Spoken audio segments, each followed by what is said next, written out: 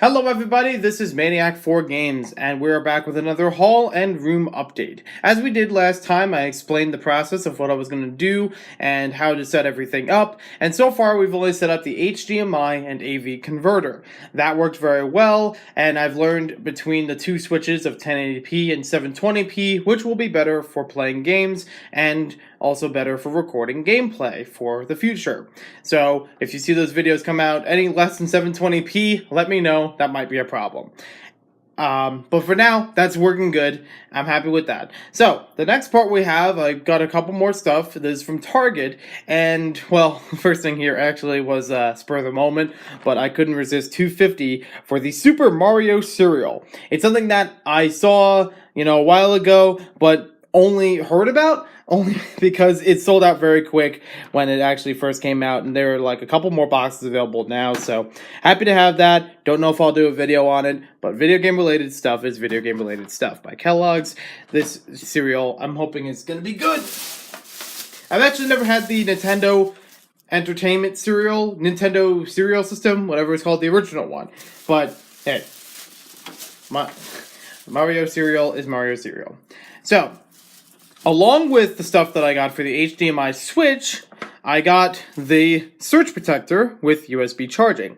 This I'm going to actually use to replace one of the power outlets in there. It has a few more ports that'll be available, which is good for more systems. It has the USB parts built in, so that way I don't need to use the boxes for it. And it's a surge protector, so it won't cause any major, electrical issues, which is important, especially when you have 5 or 6 systems hooked up all at the same time. Here's the main show with the HDMI cable, which I need another one of those, and the switch itself. This only attaches 3 things to it, which would be, for my case, the Xbox 360, the Nintendo Wii U, and the AV converter that we saw last time. That's okay if I want to add another system in there, because I'll still have another thing available on the TV, so I can attach it there directly. Oh yeah, and I forgot about this, but Maniac for Bricks asked me to pick up some Goo Gone. He said he needed it for a Lego set. That I don't know how, but he got a Lego set that was all glued together, but he made a big stink about it, so this will hopefully help with getting rid of the adhesives on it.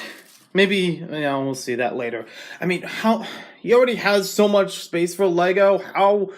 Why do you need to put more out? Just put some of it away, take it out later. Come on, man. Anywho, let's get on with the electrical stuff.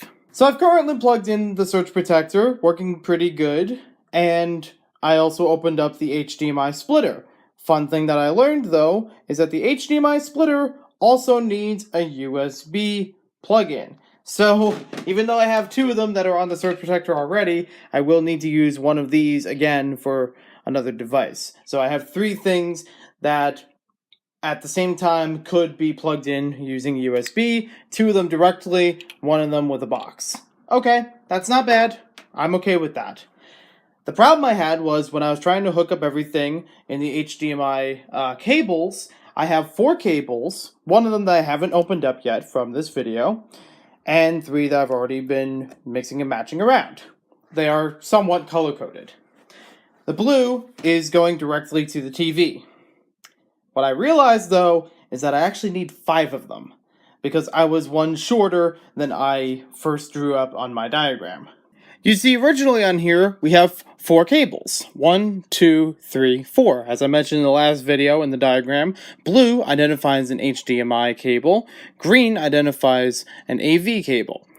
What I forgot to include when doing this diagram was the Elgato, which needs another cable. So, if I were to just quickly draw that up somewhere in between each of these, pardon my face being in the way, but to quickly draw that up, there would be the Elgato, I'm just going to call it L for short here, that would plug in between the splitter and the TV. So anything that is after this can be recorded for gameplay if needed. And that would go to the TV. That made sense in my head. I forgot to include that here, so I need to go out and get another cord. Okay, so before I go out and get to the HDMI cables and hook up everything else, I did want to test if I have at least one thing connected through here with the splitter, will it work? And it does. So the red wire, as I mentioned before, is for the Wii U, and that is attached to the HDMI splitter you can see down there. It is also attached to the Elgato. As I mentioned, the blue cable runs to the TV. So bingo bongo, we got it. So now all I have to do is just take care of the HDMI cables to plug in the Xbox 360 and the AV things and test that out. Hopefully that works. And we're back. So now I've hooked up 2 more HDMI cables. One of them, which currently is white, is going to the Xbox 360. The other one, which is currently gold, is going to the AV input for all the other stuff. So now I'm going to switch between the 3 lines on the HDMI splitter, or whatever we're calling it. Currently, we're on line 3. You should have line 2, which is the Xbox 360. And then we have line 1, which should be... Here we go! Awesome. I'm glad this is all set up. I will have to work out the wires later. I'm not going to bother you with showing that on the video, but at least we got a working setup for the consoles.